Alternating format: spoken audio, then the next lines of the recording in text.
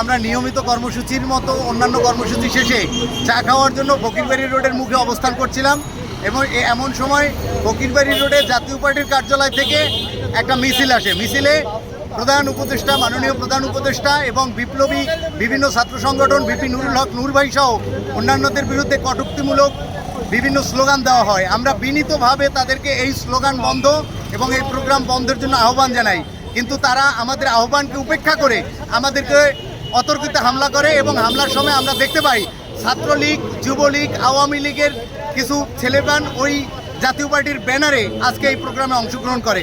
তার মানে আমরা স্পষ্টভাবেই বলতে পারি আওয়ামী লীগের প্রেতাত্মারা এখনও বিভিন্নভাবে দেশে নৈরাজ্য অরাজকতা সৃষ্টি করার জন্য এই ধরনের কর্মকাণ্ড করছে এবং এই হামলায় আমাদের 10-15 জন দায়িত্বশীল নেতাকর্মী বরিশাল জেলা মহানগরের ছাত্র যুব শ্রমিক অধিকার এবং গণ অধিকার পরিষদের 10-15 জন নেতা গুরুতর আহত, যারা শেরেবাংলা মেডিকেল কলেজে ভর্তি আছে।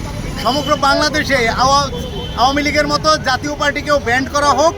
জাতীয় পার্টি যারা আওয়ামী লীগকে গত 16 বছর বিভিন্নভাবে সহযোগিতা করে তাদেরকে ফ্যাসিস্ট তৈরি করছে, এই জাতীয় পার্টিও বাংলাদেশে থাকতে পারবে না।